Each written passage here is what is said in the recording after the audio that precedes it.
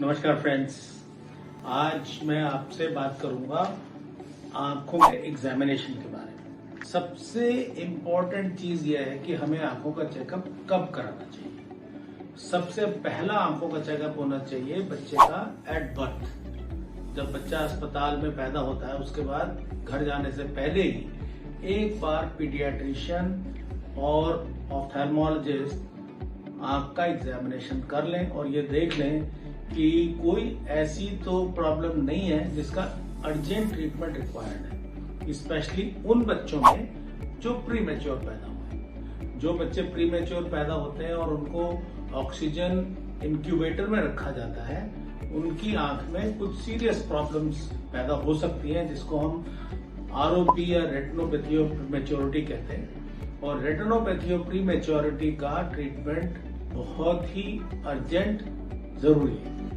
तो सबसे पहला चेकअप हो गया जब बच्चे पैदा हुए। उसके बाद में दूसरा चेकअप होना चाहिए बच्चे का स्कूल में एडमिशन से पहले।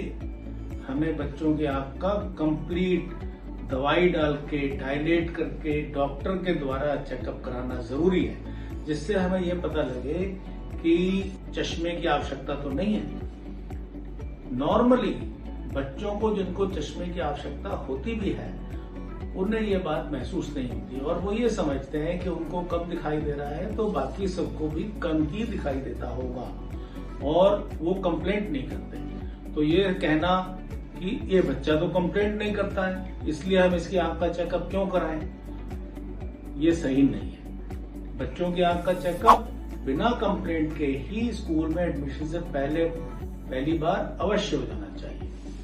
अगर उसको कोई और प्रॉब्लम नहीं आती है उस चेकअप के बाद, तब प्रोबेबली दूसरा चेकअप तब करेंगे जब वो कोई कंप्लेंट करे या जब वो लगभग 15 साल का हो। और उसके बाद में 25 साल के आसपास जब वो जॉब में ज्वाइन करता है और फिर 40 साल पे जब नजदीक के चश्मे की आवश्यकता पड़ती है। दूसरा, आंख के चेकअप की तरीका क्या है। आंख के चेकअप में हम रूटीन सारे काम करेंगे, उसको देखेंगे दूर की नजर कैसी है, पास की नजर कैसी है, स्क्विंट तो नहीं है, कोई कलर विजन में डिफेक्ट तो नहीं है। कलर विजन में डिफेक्ट होगा तो हमें अकॉर्डिंगली उसके कैरियर के बारे में भी डिसाइड करना पड़ेगा। ऐसी जॉब्स जो कलर विजन जिनमें आवश्यक है वो उसके लिए काबिल नहीं होगा, तो हमें अपना उसका कैरियर गाइडेंस उसी समय शुरू हो जाएगी जब हमें पता लगेगा कि उसका कलर विजन नॉर्मल है या नहीं।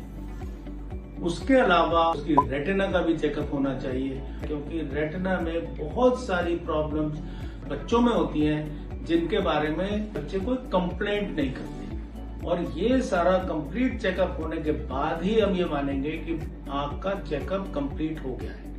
बाद में जब एडल्टहुड में आ जाते हैं तब हमारा रेटिना का चेकअप स्पेशली तब जरूर होना चाहिए अगर किसी को डायबिटीज है, हाइपरटेंशन है या ऐसी और कोई बीमारी, सिस्टमिक बीमारी है जिसकी वजह से आंख के रेटिना में प्रॉब्लम्स आ सकती हैं।